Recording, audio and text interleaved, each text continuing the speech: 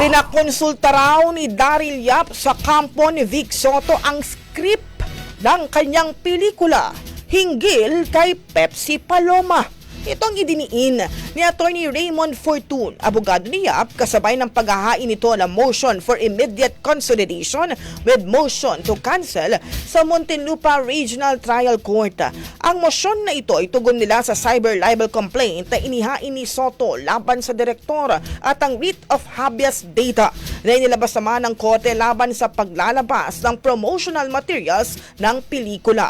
Sa ambush interview, sinabi ni Fortun na ayon sa kanyang kliyente, meron umanong attempt para ipakita ang script ng pelikula bago pa man ang production nito. Ibinigay daw ito sa isang kapatid na Soto na tinanggihan na muna nilang pangalanan.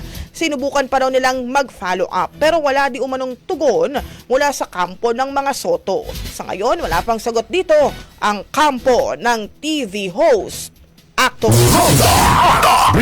Ang bahaging ito ay hatid sa atin ng Guard C Plus with Zinc Capsule. Always protektado ang kalusugan.